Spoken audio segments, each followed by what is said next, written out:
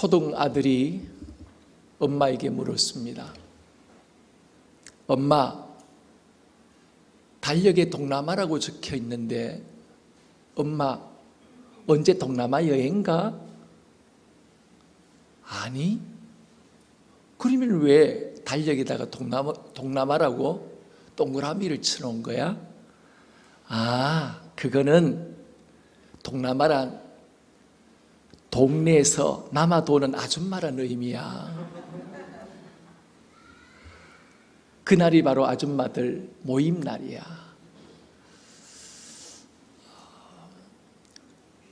요즘 세대는 줄임말을 많이 사용을 합니다.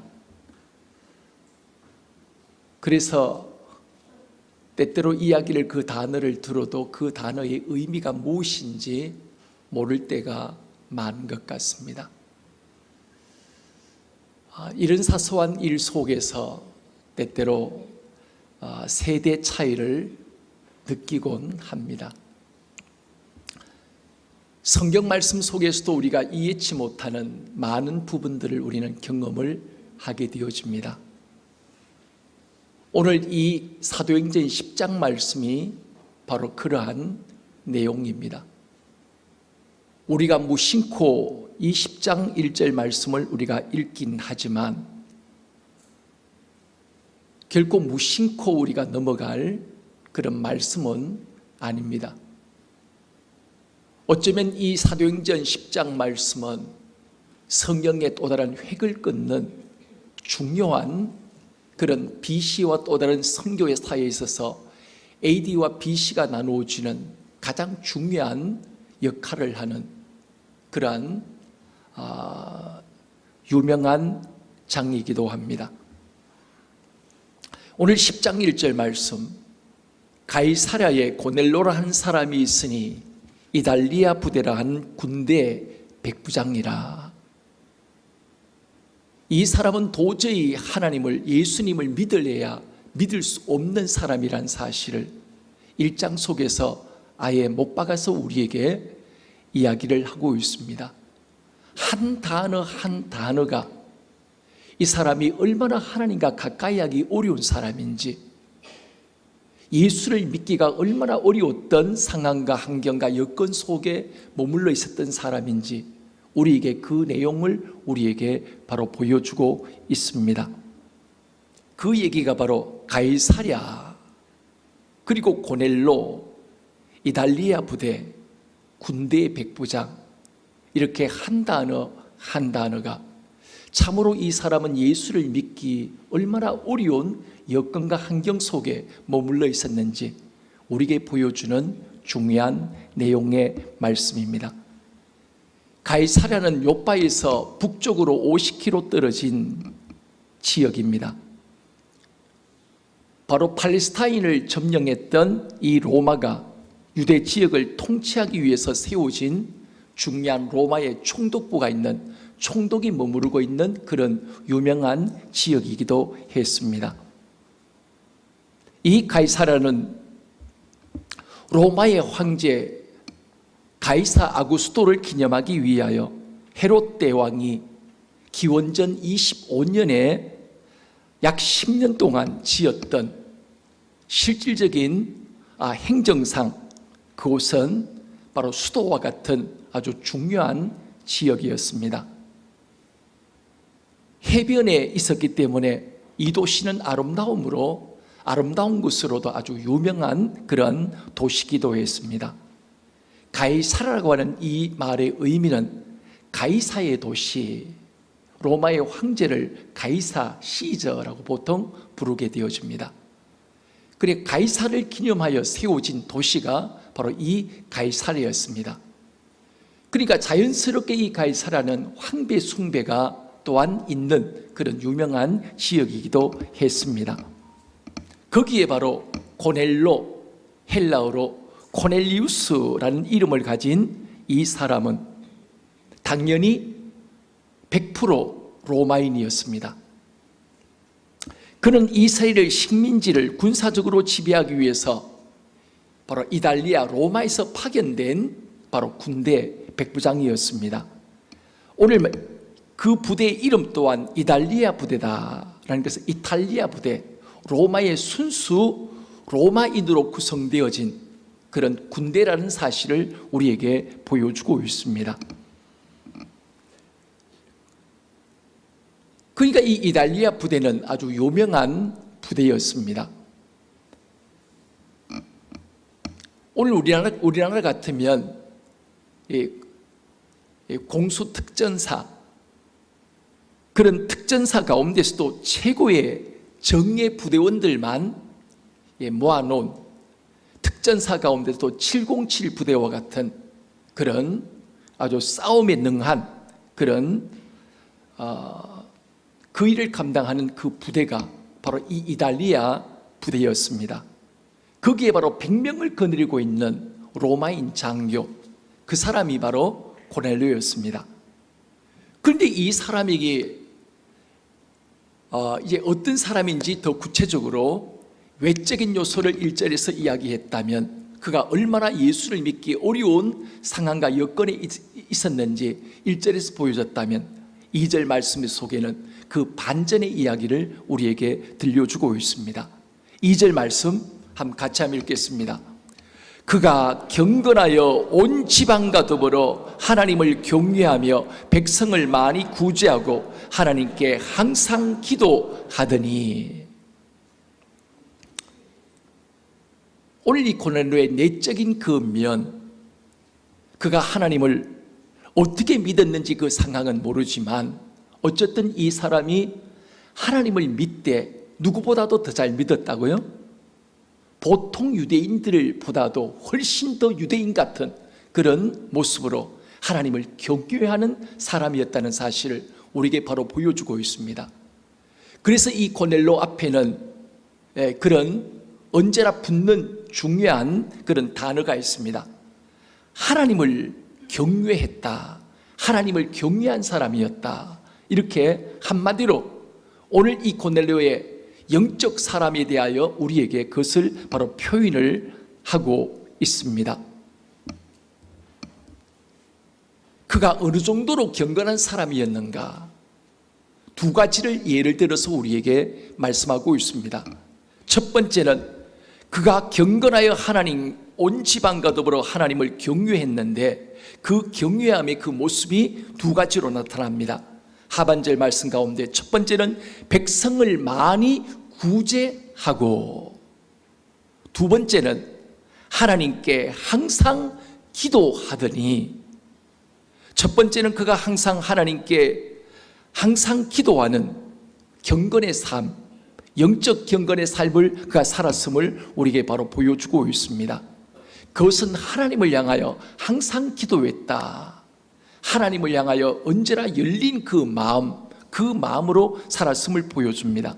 두 번째는 그가 사람에 대하여는, 이웃에 대하여는 바로 그가 구제했다.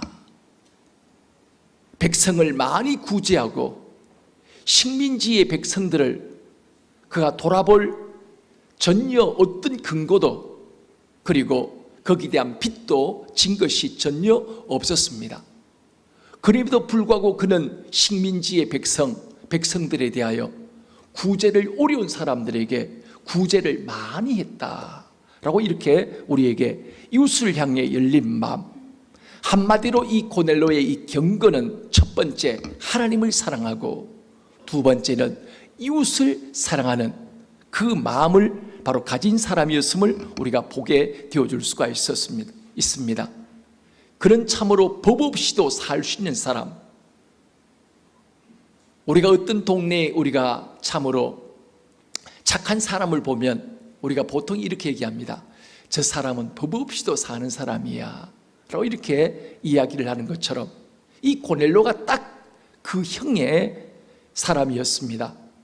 식민지의 땅에서 얼마든지 떵떵대며 또한 그 식민지의 백성들을 압제하여 짜내서 얼마든지 그가 폭행을 하고 폭력 행사를 행함을 통하여 많은 부를 축적할 수도 있는 그런 위치에 있었지만, 그는 오히려 그런 하나님을 두려워하고 참으로 식민지의 백성을 긍휼히 여기는, 그리고 구제할 줄 아는 진정한 열린 마음으로 그는 살았다는 거죠.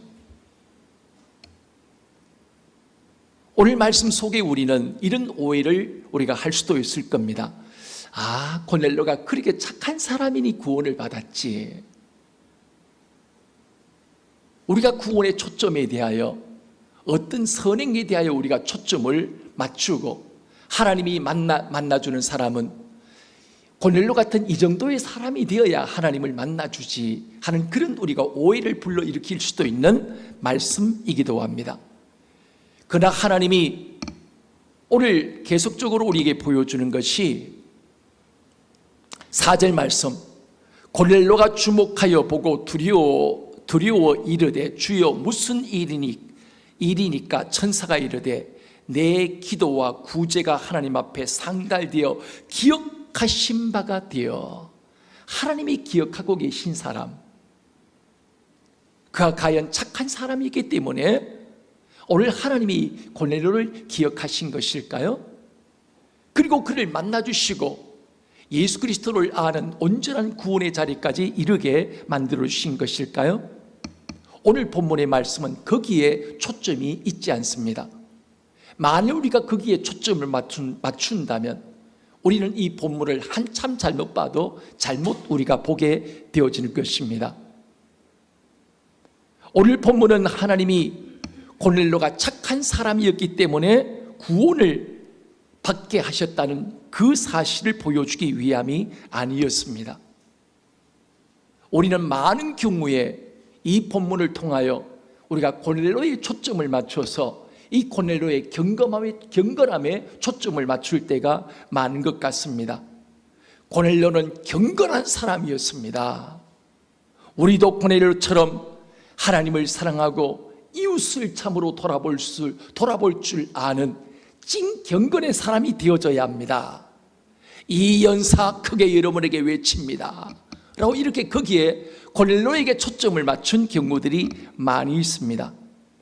그런데 본문은 고넬료를 칭찬하기 위해서 이 본문이 절대로 기록되어진 것이 아니라는 사실입니다. 오늘 짧은 이 1절과 2절 말씀에 이 반전을 보여주신 그 이유는 이 사람이 인간적으로 착하기 때문에 하나님이 고넬료 같은 사람을 구원해 주셨다, 이것을 말하는 것이 아니라 1절 말씀처럼 그는 도저히 0.1%도 구원받을 수 있는, 하나님을 만날 수 있는 여지가 없었다는 것을 우리에게 1절 말씀을 통해 주님은 우리에게 바로 보여주고 있습니다. 그럼에도 불구하고 하나님이 어떻게 고넬료를 구원해 주셨는지, 하나님이 바로 이 고넬료를 만나 주셨는지, 바로 거기에 초점을 맞춰서 하나님은 우리에게 바로 말씀해 주고 있습니다. 로마의 식민지로 통치하는 그 식민지의 신을 믿는다는 것, 여러분 그것은 있을 수 없는 이야기입니다.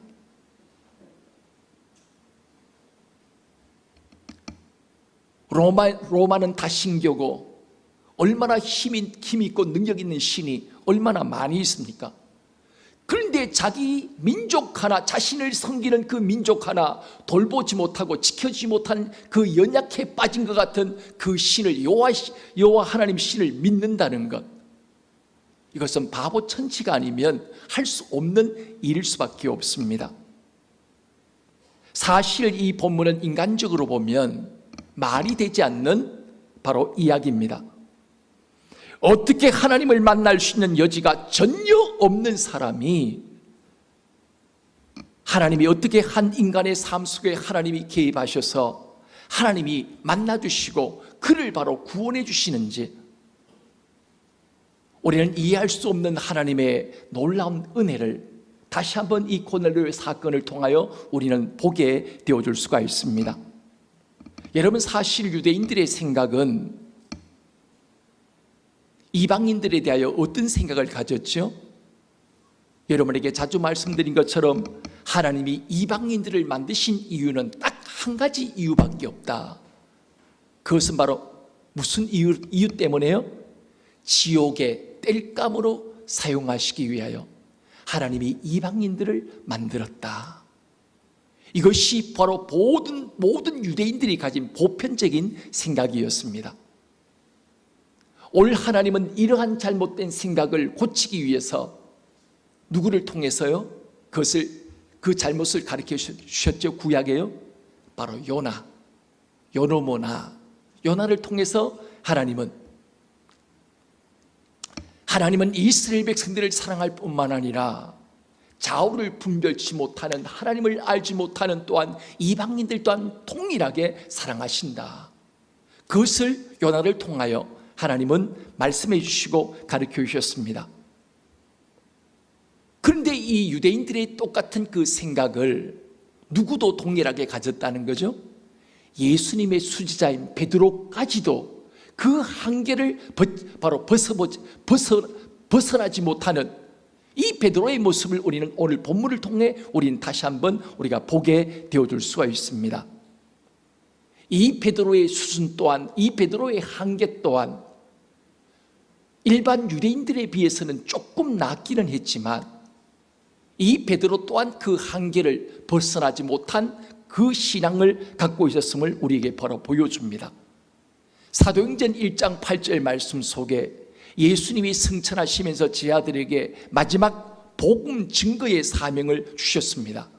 오직 성령이 너에게 임하시면 너희가 권능을 받고 예루살렘, 온 유대, 사마리아 땅 끝까지로 내 증인이 되리라 라고 이렇게 주님이 명령하셨지만, 그러나 주님의 이 명령에도 불구하고 성령이 그들에게 임하셨지만 아직도 복음은 예루살렘의 주변을 벗어나지 못한 가운데 있었습니다. 그런데 8장 1절 핍박으로 드디어 예수님의 제자들이 흩어지기 시작했는데, 그때 흩어진 성도들이 겨우 어디까지요? 사마리아까지 그 복음이 바로 전해지게 되어진 것입니다.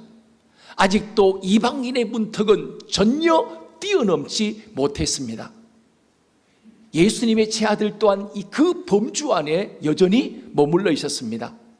그리고 아까 말씀드린 것처럼 예수님의 수자인 베드로조차도 한계를 아직도 벗어나지 못한 가운데 머물러 있었습니다. 그러나 그는 조금 다른 유대인들에 비해서는 낫긴 했습니다. 율법에 부정하게 여기는 죽은 짐승의 가죽으로 물건을 만드는 갓바치 무두장이 집에 그는 바로 머물러 있었습니다. 6절 말씀입니다. 그는 무두장이 시몬의 집에 유숙하니 그 집은 해변에 있다 하더라. 유대인들은 죽은 짐승을 만지면 부정하게 된다고 그들은 바로 율법에 기록되어져 있고, 그래서 그들은 죽은 짐승을 바로 만지게 되어지면, 시체나 가죽이나 그것을 만지게 되어지면 바로 부정하게 되어진다고 그들은 생각했습니다. 그래 절대로 그들은 자신들을 부정하게 만들지 않기 위하여 그런 율법을 어기지 않았습니다. 그런데 오늘 본문 속에 오늘 베드로는 누구 집에 거해 있다는 거죠? 무두장이 갓바친 죽은 짐승의 가죽으로 만드는 물건을 만드는, 구두를 만드든지 옷을 만드든지 그런 물건을 만드는 무두장의 집에 며칠을 바로 유하고 있다고 우리에게 본문은 바로 기록하고 있습니다. 그렇다고 해서 베드로가 완전히 이제 벗어난 것은 아니었습니다. 무두장의 집까지는 왔지만 아직도 베드로의 한계는 유대인을 벗어나지 못했습니다. 이방인까지는 그는 여전히 가지 못했습니다. 10절 말씀, 그가 이방인에 대하여 어떻게 생각하고 있는지 10장 13절 14절 말씀 속에 이렇게 말씀하고 있습니다. 또 소리가 있으되 베드로야 일어나 잡아먹으라 하거늘. 14절 베드로가 이르되 주여 그럴 수 없나이다. 속되고 깨끗하지 아니한 것을 내가 결코 먹지 아니하였나이다. 앞으로도 먹을 수 없습니다. 그런 유대인의 범주를 벗어나지 못한 오늘 베드로의 그 단면을 우리에게 바로 보여주고 있습니다. 그래서 오늘 사도행전 20장 말씀은 굉장히 중요합니다. 하나님이 바로 이방인의 선교의 장을 여신 첫 번째 사건이 바로 이 고넬로 사건이기 때문이었습니다. 하나님이 마치 오늘 본문을 통하여 이렇게 말씀하신 것 같습니다. 마치 요나서를 읽는 것처럼 느껴지기도 합니다. 하나님은 너희의 유대인의 하나님이신 줄 아느냐? 아니다. 나는 이방인의 하나님이기도 하다.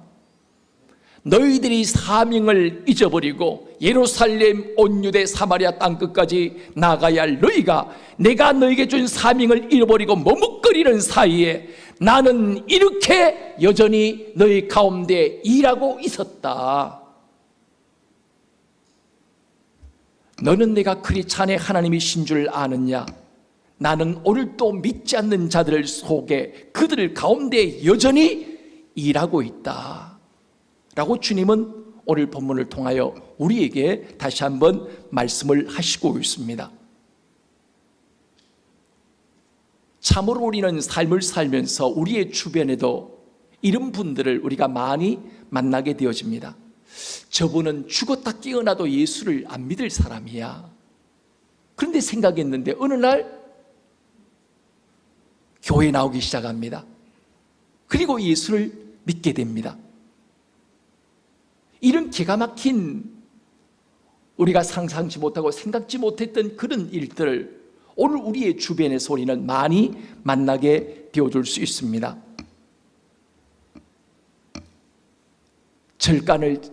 부모님이 절간을 지으시고 새벽마다 절에 올라가서 불공을 드리고 하루 종일 염주를 돌리면서 염불을 외우시고 또 집에 가서는 또 불경을 계속해서 쓰시고 이런 분이 여러분 예수를 믿는다.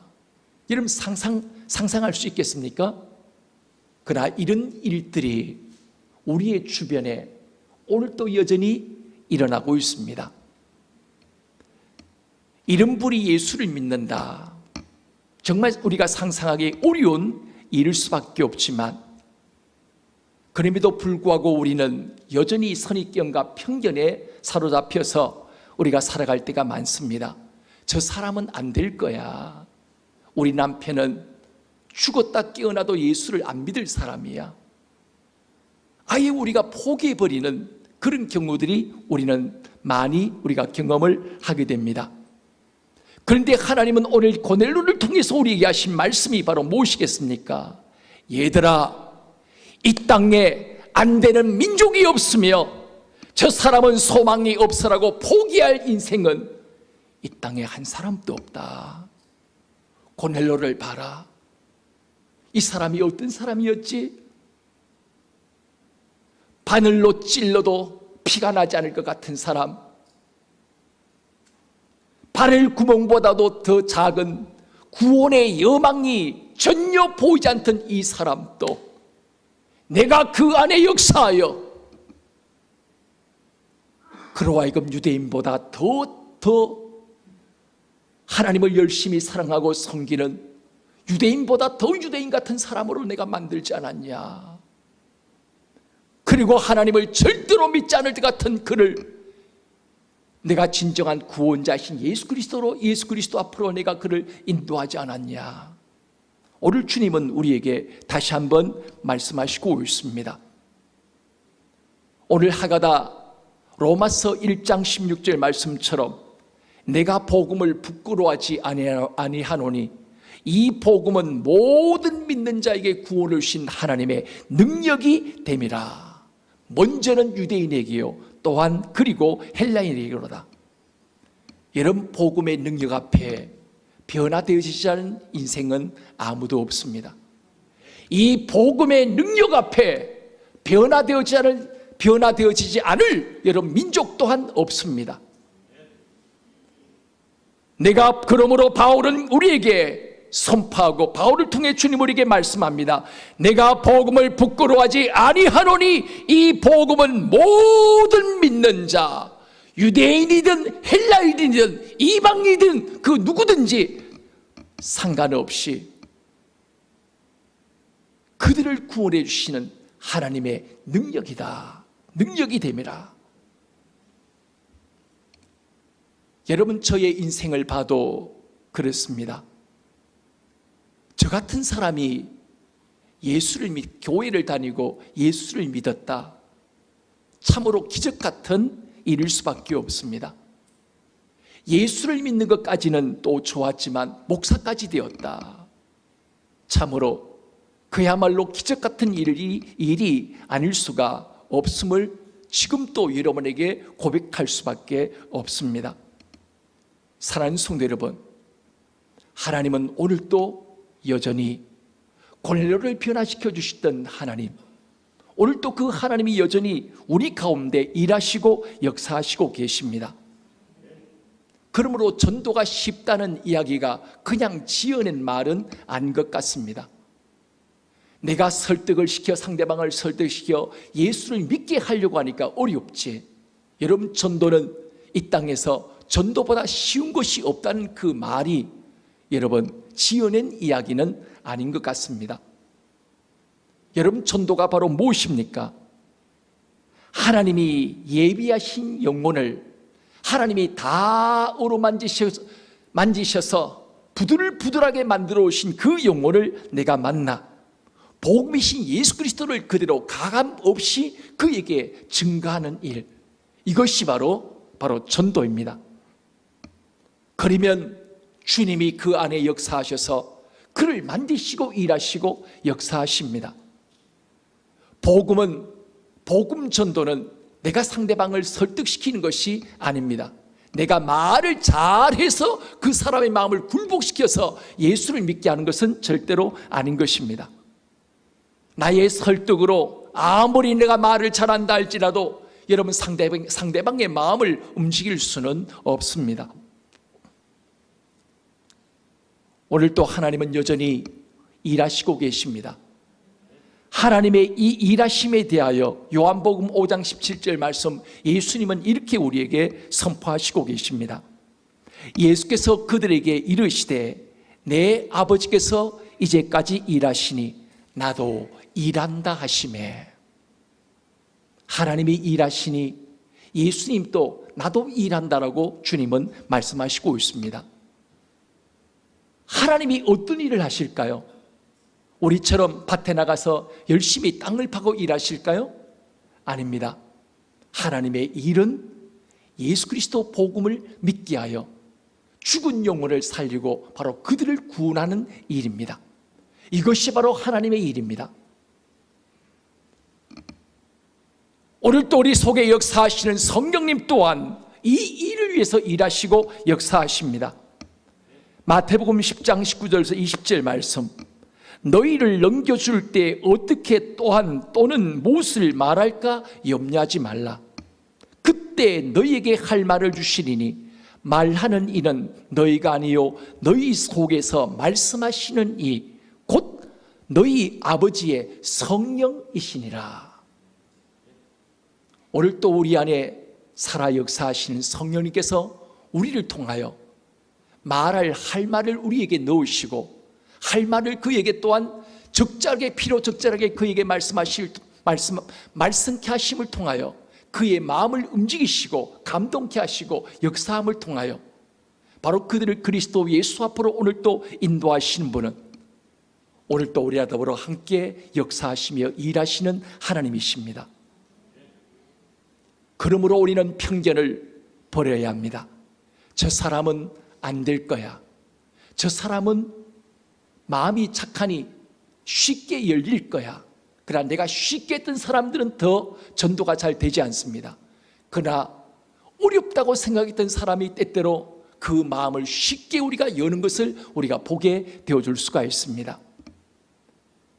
어쩌면 여러분 자신에 대해서도 포기하고 저는 마음이 계실지도 모르겠습니다. 나 같은 인간은 안 돼. 나 같은 인간은 소망이 없어. 나 같은 인간은 힘들 거야. 그러나 오늘 주님은 이 사도행전 10장 이 고넬로의 사건을 통해서 우리에게 주시는 말씀이 바로 무엇이겠습니까? 얘야, 아니란다. 고넬로를 봐. 0.01%의 가능성이 없는 고넬로도 내가 구원했지 않냐.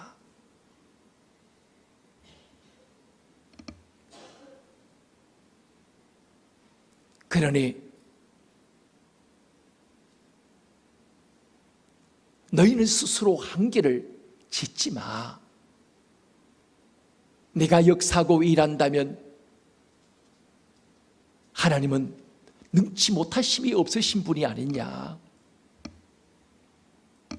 그러므로 믿음은 내가 정한 한계를 깨뜨리는 것입니다. 우리는 때때로 하나님을 믿는다고 고백을 하면서도 우리는 스스로 한계를 지을 때가 많이 있습니다. 내가 정해놓은 테두리 안에서만 하나님을 믿으려고 할 때가 많이 있습니다. 이런 일 때문에 안 되고, 이런 환경 저런 환경, 이런 여건 저런 여건 때문에 안 될 거야. 믿는 자에게 능치 못함이 일이 없다고 하나님 말씀하셨으면 그 말씀을 아멘으로 받아들이면 되는데, 우리는 여전히 내가 정한 테두리, 내가 정한 한계를 넘지 못한 채 늘 그 안에서만 머물러 있는 우리의 모습을 우리는 발견하게 되어줄 수밖에 없습니다. 하나님을 내 생각 속에 가둡니다. 하나님을 내 삶의 내 그 경험 속에, 그 경험의 울타리 속에 하나님을 가둘 때가 많이 있습니다. 그러나 하나님은 내가 가둔다고 가둬주실 분은 아니지만, 어쨌든 우리는 우리 스스로 한계를 정하여 우리가 하나님을 내 스스로 믿음의 한계를 짓고 살아가는 그런 경우들이 많은 것 같습니다. 오늘 하나님은 그런 우리들에 대하여 나의 한계를, 내가 정한, 내 스스로 정한 인생의 테두리를 하나님이 깨뜨리기를 원하시고 계십니다. 할 수 있거든이 무슨 말이냐? 믿는 자에게 능치 못함이 없느니라. 오직 내게 능력 주신 자 안에서 내가 모든 것을 할 수 있느니라. 바울은 자신의 한계를 짓지 않았습니다. 하나님이 하게 하시면 할 수 있다는 그 믿음을 그는 가진 것입니다. 하나님은 고넬로의 점령군이라고 하는 로마 장교의 교만과 아집을 하나님은 깨뜨리셨습니다. 베드로가 자신이 정해놓은 한계의 껍질을 깨뜨리시고, 또한 유대인의 그 껍질을, 민족의 그 껍질을 하나님은 깨뜨리기를 원하셨고 또 깨뜨리셨습니다. 오늘 또 우리는 내가 정해놓은 인생의 수많은 편견들, 인위적으로 만드는 수많은 장벽들 속에 우리 스스로 갇혀 있을 때가 많은 것 같습니다. 오늘 하나님은 이 시간 믿음으로 그 모든 한계를 깨뜨리기를 원하시고 계십니다. 하나님의 나라가 이 땅에 임하기 위하여 내 삶 속에 하나님의 놀라운 그 구원의 역사가 나를 통해 이루기를 원하시는 놀라운 그 역사를 이루기 위하여 오늘 이 시간 주님은 우리 모두로 하여금 나의 껍질을 깨고 나와 온전히 주님을 바라봄으로 우리가 살아가는 그러한 삶을 우리 모두로 하여금 살아가기를 원하시고 계십니다. 우리 한 분 한 분 모두의 삶 속에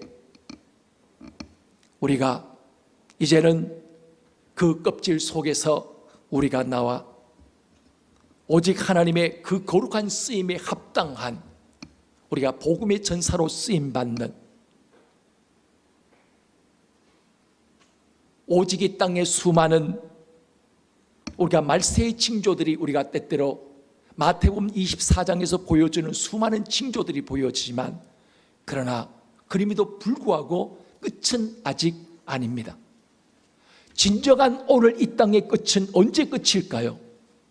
복음이 모든 사람에게 증거되리니 그제야 끝이 오리라. 오늘 하나님은 이 일을 이루시기 위해서 오늘 또 예루살렘을 넘어 유대를 넘어 사마리아를 넘어 온 땅 끝까지 오늘 또 주님은 우리의 삶에 비유해서 오늘 또 일하시고 역사하십니다. 오늘 또 하나님과 함께 아름다운 동역자가 되어서 아름답게 쓰임받는 우리 모두의 삶이 되어지기를 원합니다.